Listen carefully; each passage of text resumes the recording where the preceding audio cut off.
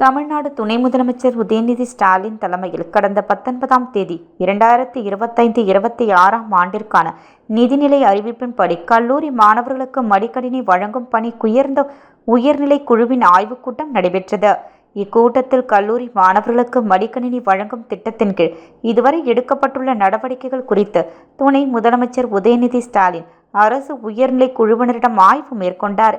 இக்கூட்டத்தில் அமைச்சர்கள் தங்கம் தென்னரசு, கோவி செழியன், பழனிவேல், தியாகராஜன், தலைமை செயலாளர் முருகானந்தம், சிறப்பு திட்ட செயலாக்கத்துறை கூடுதல் தலைமை செயலாளர் பிரதீப் யாதவ், தகவல் தொழில்நுட்பம் மற்றும் டிஜிட்டல் சேவைகள் துறை முதன்மை செயலாளர் பிரஜேந்திர நவ்தீப், உயர்கல்வித்துறை செயலாளர் சமயமூர்த்தி, நிதித்துறை செயலாளர் எஸ். நாகராஜன், கல்லூரி கல்வி ஆணையர் சுந்தரவல்லி, தொழில்நுட்ப கல்வி ஆணையர் இன்சென்ட் திவ்யா உட்பட அரசு அலுவலர்கள் கலந்து கொண்டனர்.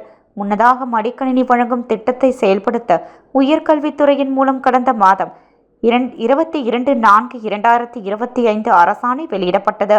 இந்நிலையில் மாணவர்களுக்கு விலையில்லா மடிக்கணினி வழங்க தமிழ்நாடு அரசு ஒப்பந்தம் புள்ளி கூறியுள்ளது. 20 லட்சம் மடிக்கணினிகளை கொள்முதல் செய்ய சர்வதேச டெண்டரை அரசின் எலுகார்ட் நிறுவனம் கோரியுள்ளது.